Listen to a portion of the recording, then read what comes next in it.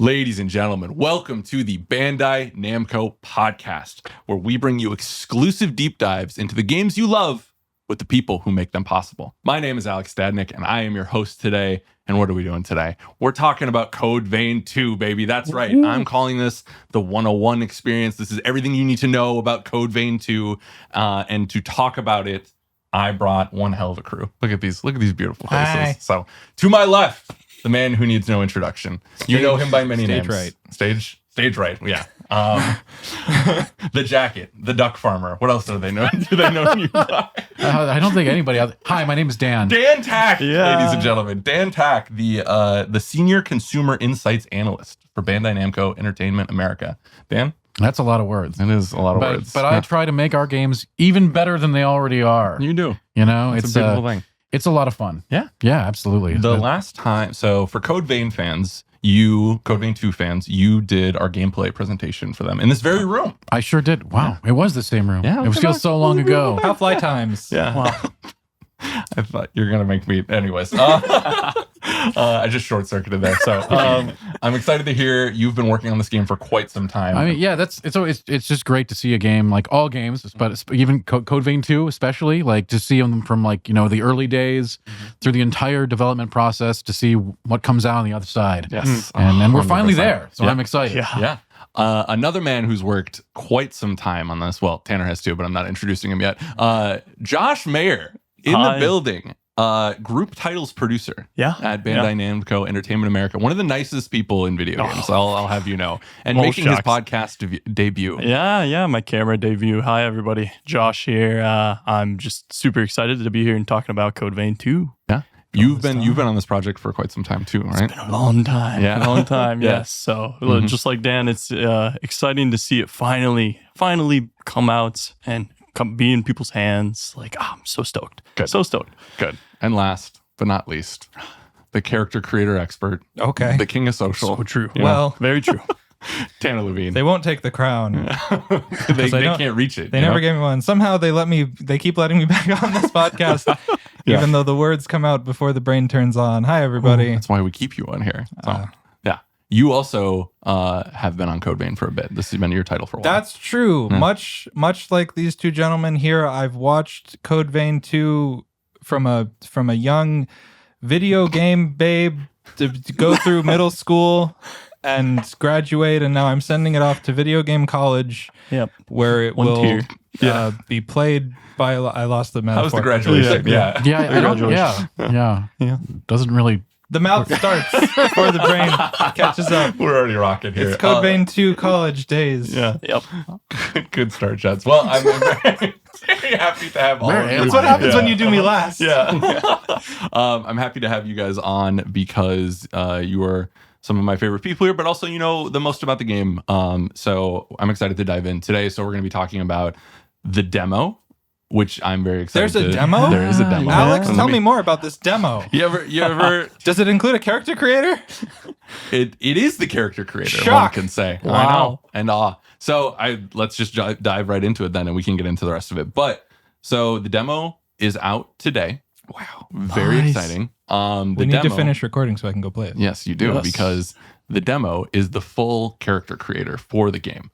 And I don't know if the people at home have been paying attention, but if you've coming here from not playing Code Vein 1, or you know, if you've played Code Vein 1, you know how robust these systems are, but Code Vein 2 has an even more robust character creator. I think that's fair to say, right? Yeah. Even more robust. It goes you deep. like that word? Very Robust? deep. That's a good one. Robust. Yes. Yeah. There are a lot, you know, not to get too far ahead of ourselves, but just I really like the accessories. All right. Ooh, Yes. okay. You know, cool outfits are one thing, but finding the perfect flair to go with it. That's what an I'm art all form. about. Yeah. What is your favorite accessory? In Code Vein 2? Mm-hmm. Oh man, I don't know. Murder. I like there's this little hat that sits right here. Yeah. It's like it's not a real hat. Like it's not a giant sized top hat. It's a little hat. Yeah. And it's just like, you know, it's like a little accent. It's like I'm gonna go slay the biggest, most badass monsters in existence with my little hat. Yeah. That's beautiful. You know, it's just like it's a little accent. That's a beautiful thing. Yes. Yeah. Do you have a favorite accessory, boys? Oh gosh, I like there's like the horns that you can do. There's different types of horns that you can do, and you can kind of just move where they're placed on your head, or if you want them to be placed somewhere else, you can move them somewhere else. And, you know, The placement and the sizing elements, I think, also add another layer to it, Right. where you can be like, maybe you don't want a little hat, maybe you want a huge hat. Yeah. You can have that Biggest too. hat ever. Yeah. Mhm. I don't remember if it's an accessory or a clothing piece, Hmm. but it's kind of like this big, almost gator that goes around Mhm. your face, and I really enjoy it. I used it for my whole playthrough. It just kind of makes it look like, oh, I'm shy little revenant hunter. Oh, he's just a baby. With my big just a little sword. baby. Yeah. I Mhm. I really it like covers part of your face, and it's very cute. Nice. And one of the things about Code Vein 2 I really like is like you set your fit at the beginning, Right. instead of having to like get it along the way, right? I don't have to like worry about what I'm wearing. It's like I've got my look, Yeah. I've got my fit check. You've got Yeah. the I'm ready to whole, go. The Right. whole like closet of clothing options are available to you right from the start, but you can still Right. change them. Of They course. don't- In-game, If yes, you're getting that's tired of interesting. your fit, you want to change the colors or whatever. You can still do that at any time. Right. But Tanner, we're not talking about the game yet. We're talking about the demo. I'm talking about the fit. the fit. The fit. Like I have this feeling on day one of Code Vein release, Code Vein 2 release. Mhm. There's just going to be like so many Twitch streams, and they're all just going to be on the character creator for like over an hour. Oh, many, yeah, many easily. hours. Yeah. Yes. Uh-huh. You might be surprised to know that if you navigate to some of your favorite streamers right now, they may in fact be playing the demo Right now. So go check it out. Take a look. after Wait, you wait, finish hang on. watching this. Can you save your character in the demo and then? You know, you'll be shocked to know, Daniel Tack, there are 64 slots available to you in the demo. That's actually crazy. You don't have to just commit to one and feel uncertain about it. You can let your mind run wild. Okay. Joshua Mayer. And Yeah, I will. absolutely. Yeah.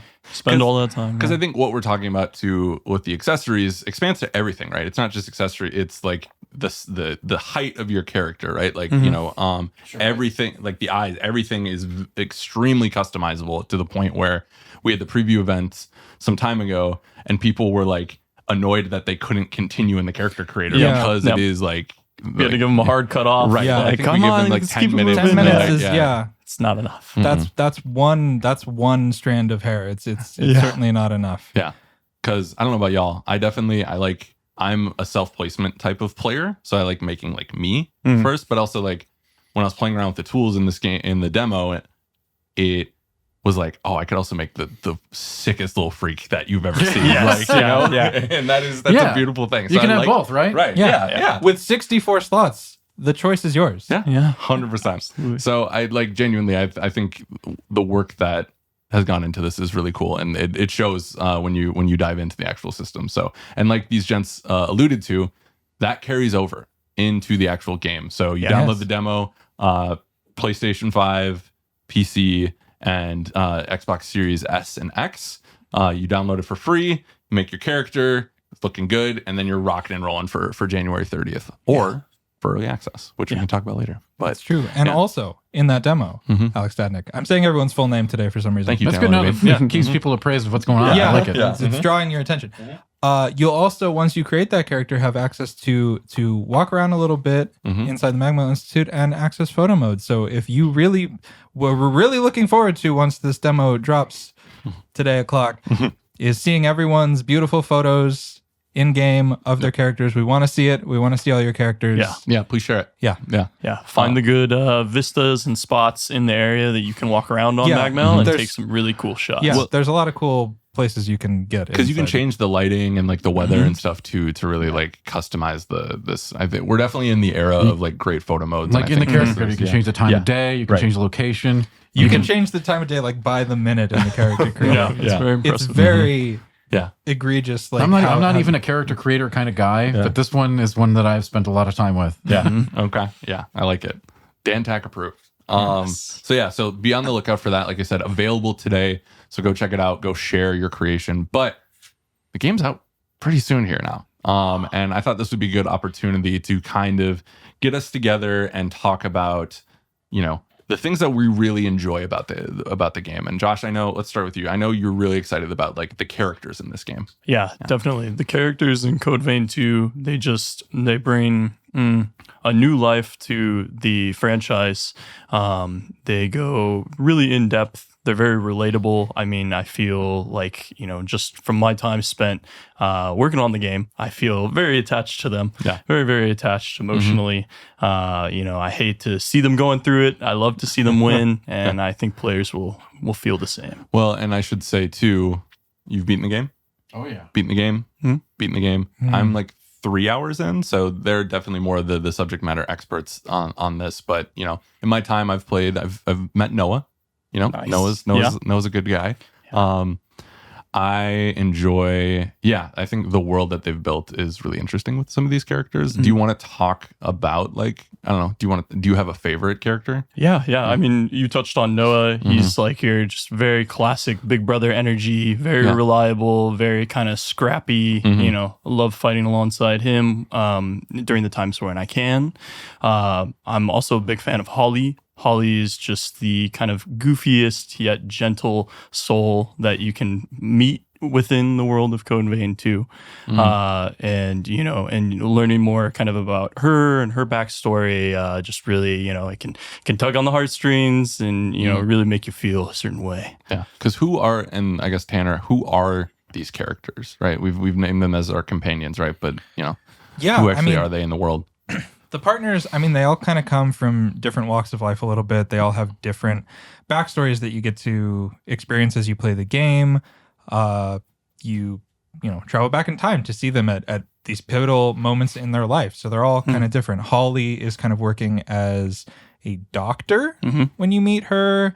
Lyle is definitely at a very different point in his life from where Holly's at. Yeah. Jose's got her whole thing going on where she's like kind of a warlord, but in like a good way. Yeah, a good warlord. Yeah, like she cares about her people, but she rules with a large sword. Yeah, and she doesn't walk softly. Let's say that. No. Carries a big stick. It's a big sword. It's big. Yeah. It's a girthy weapon. So yeah, they're all kind of like different. You all kind of get different vibes. I think Noah is a really great like first partner to come across because he's just like, there's usually that character in these kind of games where you get partners who's like your bro, your ride or die. And it's so cool when you meet them and you're like, this guy would die for me and he probably will. Yeah. Again, and it's like, again. It's and a he's great only vibe. known me for 20 seconds. Right. And he's already. And he's like, there's something about your eyes that I just feel like I could walk to the ends of the earth for. Yeah. That was my Noah voice. It sounded like mine. Pretty good. Yeah, it's pretty good. Yeah. Do you have a buddy?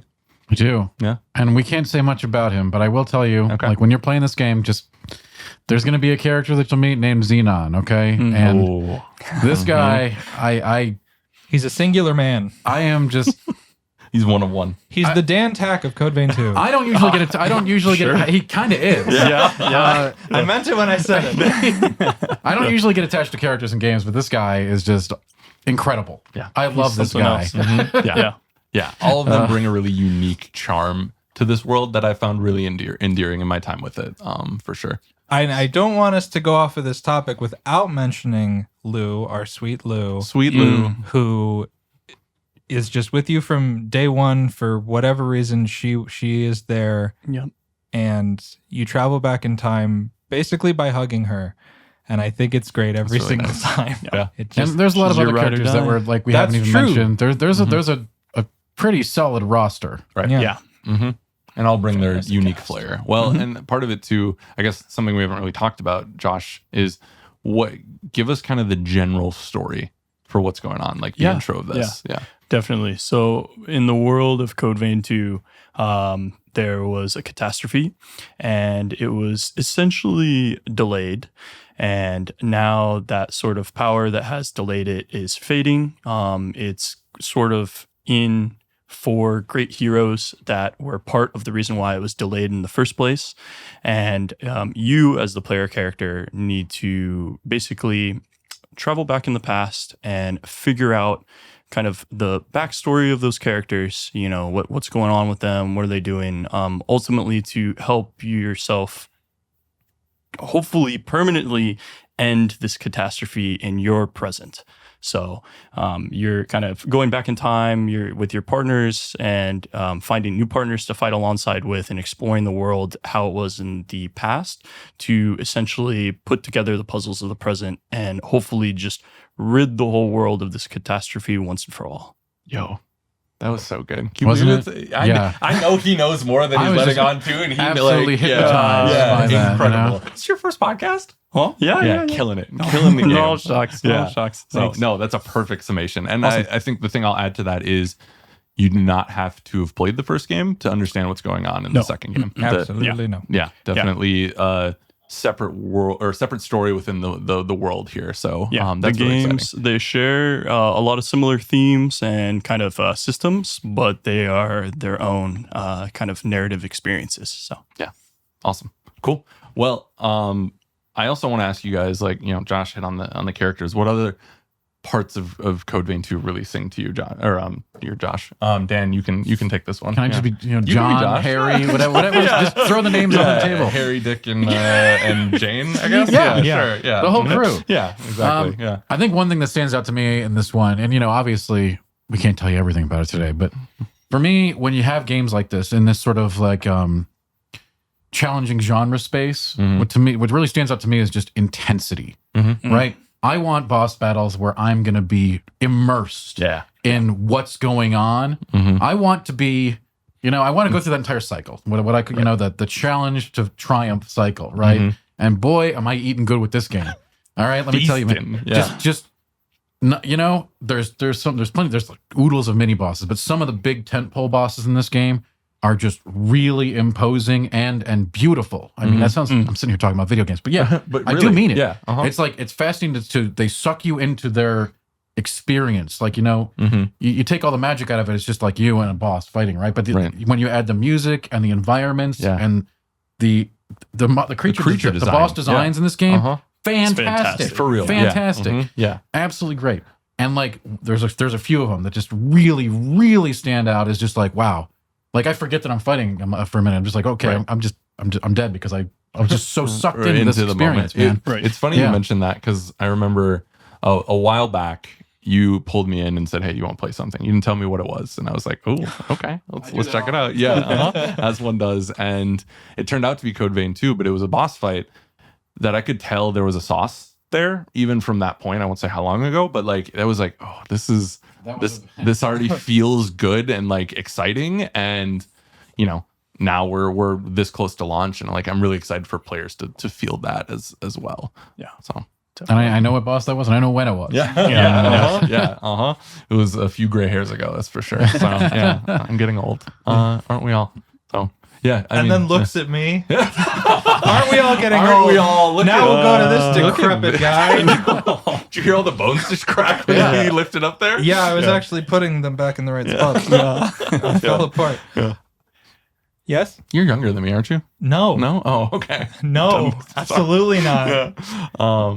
You had a question for Yeah. me. Do you like boss? Do you like boss? I do. So this podcast is de-evolving very quickly. Every time he talks to me. I think I'm just anticipating a bit, and I don't know. Do you like boss? Yeah. Do you like Video game? Video game? Yeah. We're here for him. Yes, I did enjoy the bosses, but let me tell you what I really enjoyed when I was playing through the game. I enjoyed this very much in the first Code Vein was the blood code system of just kind of having that flexibility, because I'm the type of person who, like, as soon as I feel like I'm getting a grasp on a playstyle, I want to change it.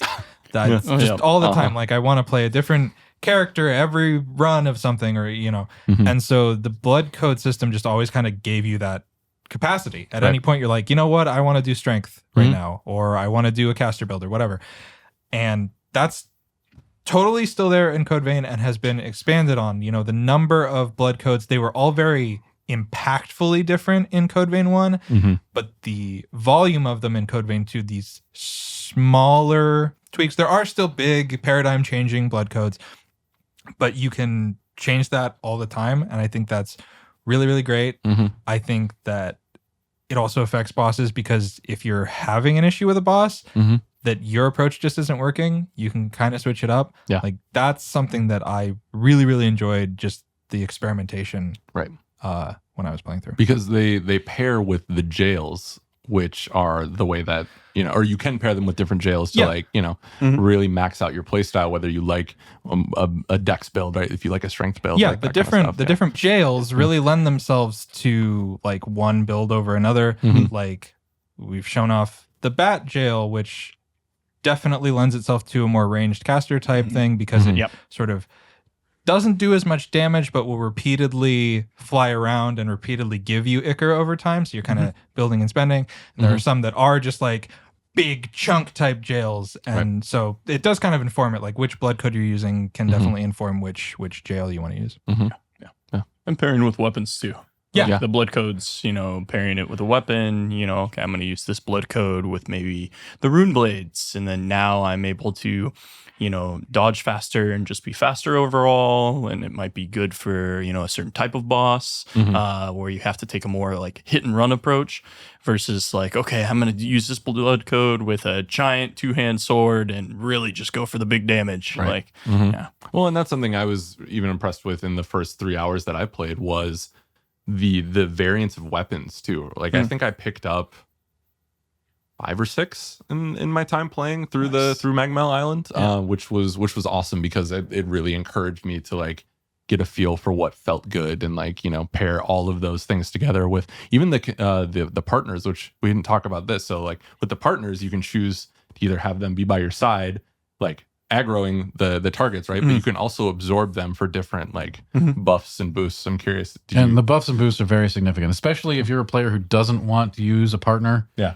And doesn't want to have that like sort of thing going on with the bosses. You want it to be just you and the boss. That way, especially if you're trying to play like a parry archetype or something, you can more accurately predict when the moves are going to come at you instead of the partner. Right. And if you trade the partner off for those buffs, they're very significant. Yeah. If you like to play, games solo without co-op or partner systems or anything like that, then you definitely want to try that assimilation mode. Right. You'll be, again, it depends which partner you're assimilating, but you're going to be faster and stronger, and you're going to notice a huge difference. You're going to be very mobile, very powerful. And it is like, there are some bosses where it feels like having your companion out is almost like a disadvantage because of maybe the way that the bosses do attacks and how they're choreographed. And, I can't tell them if this boss, maybe this boss is swinging on my partner, but it's a wide sweep and I can't really tell how I'm going to get hit by it on the side. So I would rather just have the boss swing at me, and kind of understand that fight like that. So.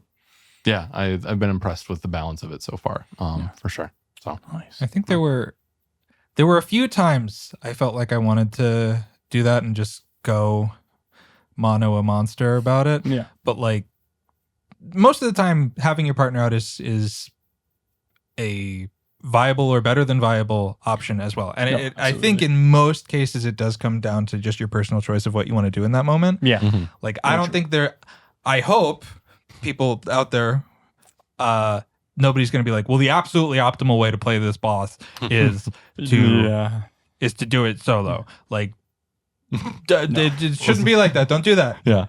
Well, you're not committed to it. You're not committed to the bit, right? You can do it either way. You can switch off. Well, Yeah. let's be clear, Tanner's always committed to That's it. true. Always, That's true. But that is a good point that you don't like hard commit to that when you're resting at a missile, right? You can pop your partner in and out of your body, at any point in the fight. Literally right out of your body. Right. There may be a little bit of a like cooldown period, but if you want to attempt it and then you're like, okay, well, this isn't working out, I'm gonna bring him back out, or like you're not locked into it either. Right. Yeah. When you run out of health, they will sacrifice some of their life force basically to revive you, and then they go on a cooldown, and depending on how many times that's happened in the fight, their cooldown is longer and longer. Right. And during that period, if you die again, you die. Sure. So Die for real. Yep. Yeah. And You don't want that. A lot of strategy to maybe like bringing your partner out for a certain part of the boss fight, but then bringing them back in for another. And it, like people were saying, it depends on your blood code, maybe your build. Like a certain build might kind of lend more towards the mono versus a build. And not only that, the partners all have different abilities as well that they bring to the table. So you can complement your build with the partner's abilities as well. Yeah. Right. I think one of the other things to kind of complete the customization picture that we're forming here with this game is we didn't talk about the forme.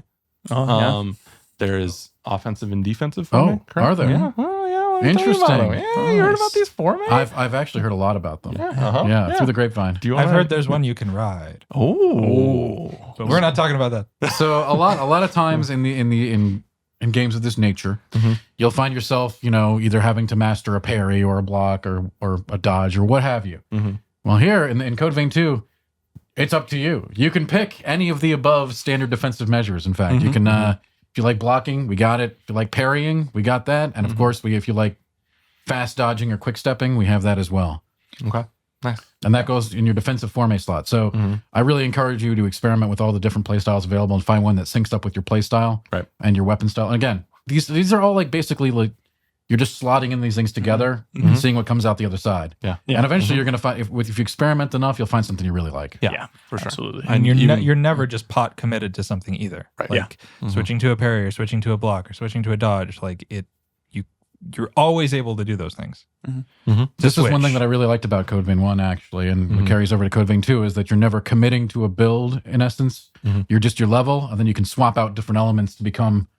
You're just as cool of a berserker as you were a gunner. Right. Yeah. Because you just traded these little objects around, you know? Yeah, definitely.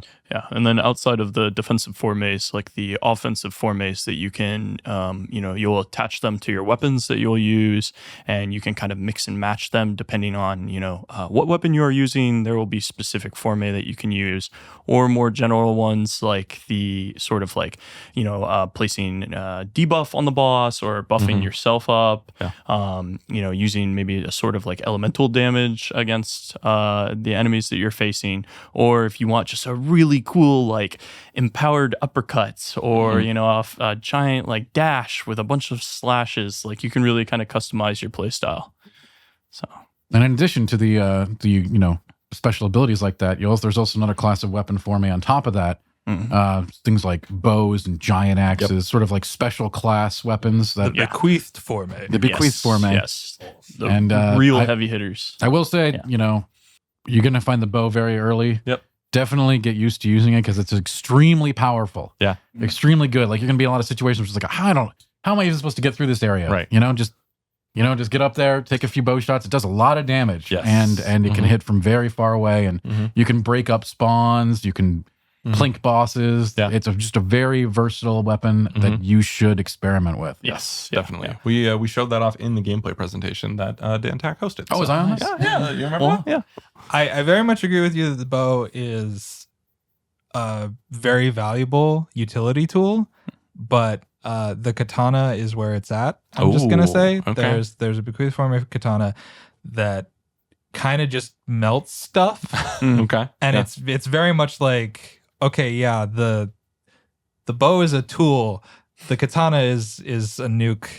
Yeah. It's never a bad decision to have it. Yeah. And if you pull the bow out in a boss fight, you're probably going to be in for a rough time. Yeah, they might punch you. The bosses Certainly possible. will close the gap really fast. It depends on the interesting. situation. You know, Again, everything is that's the that's the thing. situation. Code Vein 2, everything is situational, Yeah, right? very true. The right finding the right tool for the right job. Yeah, it's not a bash your head in until it works situation. It's a think about it. It's maybe my approach could be different here. Although I will say, as a head basher You myself, it's The king of the definitely head bashers, possible. yeah. It's No definitely one's possible. gonna come in Yeah. and stop you from bashing your head on the wall, Absolutely. Right. even if it's not the best.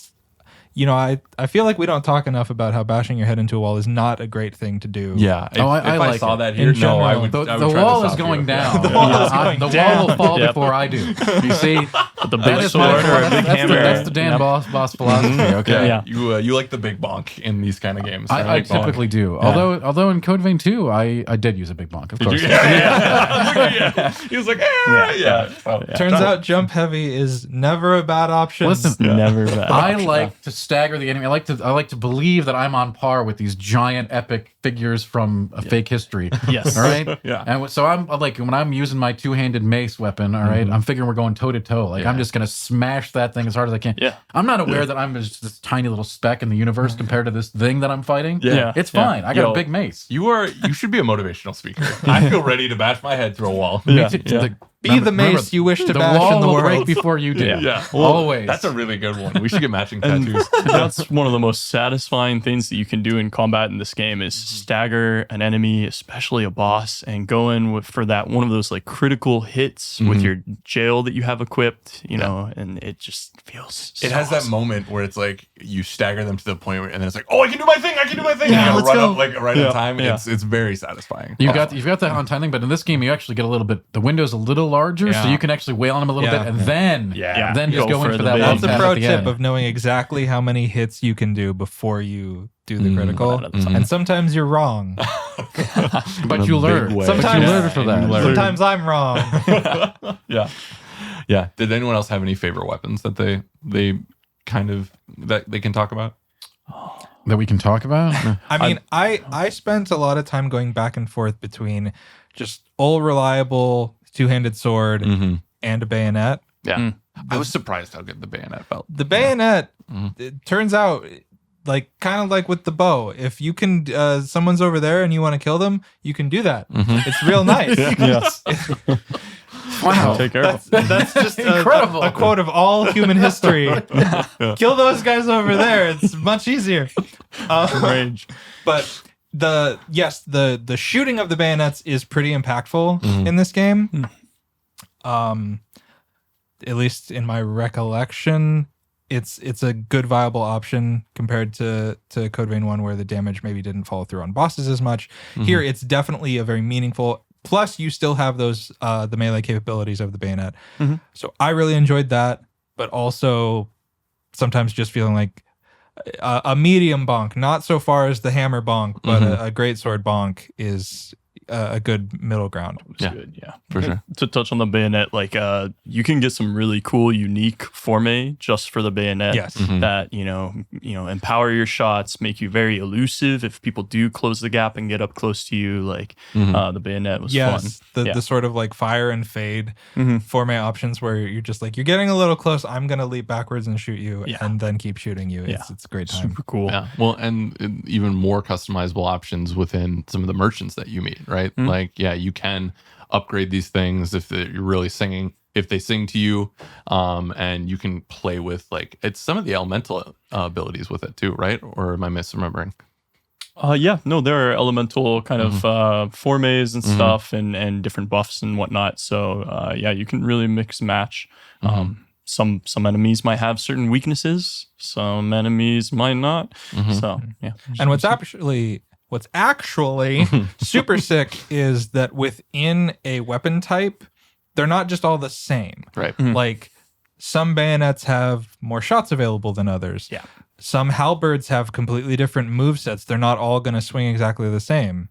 So that's really cool as well. It's not just like, oh, I'm greatsword guy. There are greatswords that have different movesets, and you just find the one that fits you. The greatswords have different stat scaling. So just because you're like, oh, well, I like the greatsword, but I don't want to go super hard into strength, there's a greatsword that has scaling somewhere else. Like the types of weapons are not like prescriptive, which I think again just leads into just having that freedom, having that flexibility of using the weapon you want to use while still using the blood code you want to use for the stats that you like. Like it's all available to you.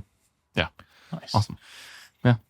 Cool. Well, Wait, hold on. Oh, Dan, what is which your is mine. favorite weapon? Big Oh, bonk. you didn't We already Big did. bonk? Big bonk. Yeah. Yeah, two-handed, big maces. Yeah. Okay. Yeah. Did you didn't find yourself tempted by anything I else? was certainly tempted by other things, but Yeah. but eventually, The Did main you, principle did you go here. on a rune blade kick at any did- point listen, when you were playing? I do nice think fun. I do want to mention the rune blades briefly, even though I'm not a master with them. I know that that's they are going to be tough to master. they are going to be a very fun day one option for a lot of players. This is a very unique weapon class. It's almost like I don't even know. 'Cause it's like a monk with swirling blades that you can do positional. Yeah, kind like of- martial you, arts almost. Set it and forget it kind of Yeah. thing Yeah. sometimes. Yeah. It's a very unique weapon. If you're looking for something that like I couldn't play like this in any other game, the rune blades are really cool. Yeah, for it's that. very different, right? If you're like me, you just gravitate toward the biggest thing you can hit people with, right? Yeah. Because it's going to knock them out, and that's fine, But if you want to be fancy, Yeah. the rune blades are very classy. They're Sometimes like, you want to do martial arts. Yeah. Yes. Sometimes that happens. Yeah. Yeah.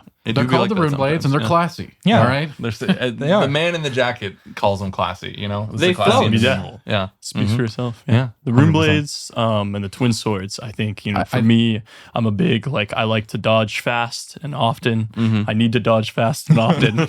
Yeah. Outrun and your fears. Yeah, outrun my fears. And so having, kind of alternating between both of those, I mean, maybe I'm not doing as much damage as a big bonk, but Right. I'm also not taking as much because You're staying dodging alive, all over the place. crucially, yeah. No, I think especially if you've played a lot of similar games, then I suggest the rune blades of the bayonet to give you a very different play style right out the door. Yeah. Sure. You look like you got a fire in your heart over there. You guys brought up the bequeathed for me. That's You true. brought up the katana. We brought up the bow. There is an axe. Oh. Also a big bonk axe. But the true. axe, It's large. I won't say what, but it has extra sort of effect to it that is very helpful. Why don't you tell us about it? The effect? Can I? Yeah. Can I? Okay. It was in the preview. No, well, perfect. It's All right, real. You must. This axe, if it's got a really big wind up, you really have to kind of charge it before you're able to swing it. But if you can land a hit on, an enemy, a boss, whatever, it will actually almost put them in a stasis. It will slow them down greatly, which then afterwards you can wail on them with whatever you want for a couple seconds and really kind of lay into that damage. So, I really like the axe a lot. Yeah. And from just a pure damage perspective, big wind up, but then you smash it down, it creates this area of effect that just hits everything in it. If you're overwhelmed, you can just kind of let it rip and probably come out the other side okay. Yeah. And I want to articulate that the time locking mechanic is not unique to that axe at all.